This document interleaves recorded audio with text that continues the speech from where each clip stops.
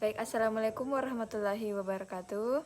Perkenalkan, nama saya Dewi Suryani dengan NPM 2021 30707 dari Prodi Ilmu Pemerintahan. Baik, di sini saya akan menjelaskan tentang paradigma pembangunan. Baik, adapun definisi dari paradigma, yaitu paradigma berasal dari bahasa Yunani paradigma yang berarti contoh atau model. Dalam filsafat dan ilmu pengetahuan, paradigma diartikan sebagai kerangka pemikiran, konsep, atau model yang menjadi dasar bagi pemahaman, analisis, dan interpretasi fenomena atau gejala tertentu. Paradigma secara luas terbagi menjadi 5, yaitu kerangka pemikiran atau konsep yang menjadi dasar bagi pemahaman dan analisis fenomena. Yang kedua, model atau contoh yang menjadi acuan bagi pemecahan masalah atau pengambilan keputusan. Yang ketiga, sistem nilai, keyakinan, dan asumsi yang menjadi dasar bagi tindakan dan keputusan.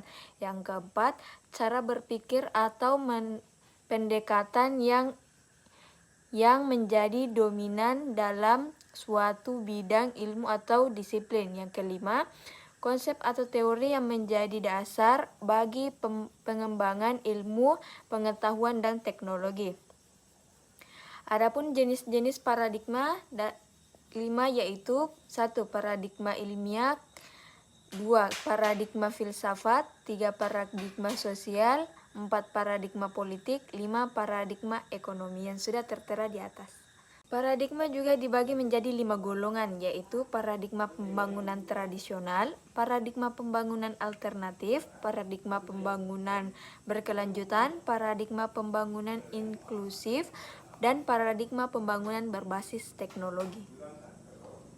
Saya akan menjelaskan tentang paradigma pembangunan tradisional dari tahun 1960 sampai tahun 1980. 1, yaitu fokus pada pertumbuhan ekonomi dan industrialisasi. Yang kedua, pembangunan teknologi modern. Yang ketiga, investasi pada infrastruktur. 4, peran aktif pemerintah. Yang kedua, paradigma pembangunan alternatif. Ada 4 poin juga, yaitu 1. Paradigma pembangunan berbasis masyarakat, pengembangan sumber daya manusia, pemberdayaan masyarakat, dan adapun yang ketiga yaitu paradigma pembangunan berkelanjutan dari tahun 1990 hingga sekarang. Ada 4 poin, yaitu 1. Integrasi ekonomi sosial dan lingkungan. Yang kedua, penggunaan sumber daya alam yang berkelanjutan. Yang ketiga, pemberdayaan masyarakat lokal. Yang keempat, perlindungan hak asasi manusia. Yang keempat, paradigma pembangunan inklusif dari tahun 2000 hingga sekarang. Ada 4 poin, yaitu 1. Fokus pada kesetaraan dan keadilan sosial. Yang kedua, pengurangan kesenjangan ekonomi. Yang ketiga, pemberdayaan kelompok rentan. Yang keempat, perlindungan hak-hak minoritas. Yang kelima, paradigma pembangunan berbasis teknologi dari tahun 2010 hingga sekarang. Ada 4 poin, yaitu 1. Penggunaan teknologi informasi dan komunikasi. Yang kedua, inovasi dan entrepreneurship. Yang ketiga, pengembangan ekonomi digital. Dan yang keempat adalah peningkatan efisiensi pemerintah. Adapun contoh paradigma pembangunan di Indonesia ada 4, yaitu 1. Rencana Pembangunan Jangka Menengah Nasional (RPJMN). Yang kedua, Rencana Strategis Kementerian atau Lembaga.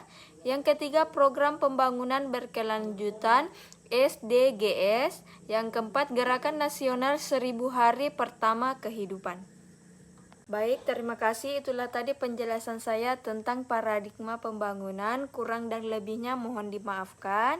Sekian dan terima kasih. Wabillahi taufiq wal hidayah. Wassalamualaikum warahmatullahi wabarakatuh.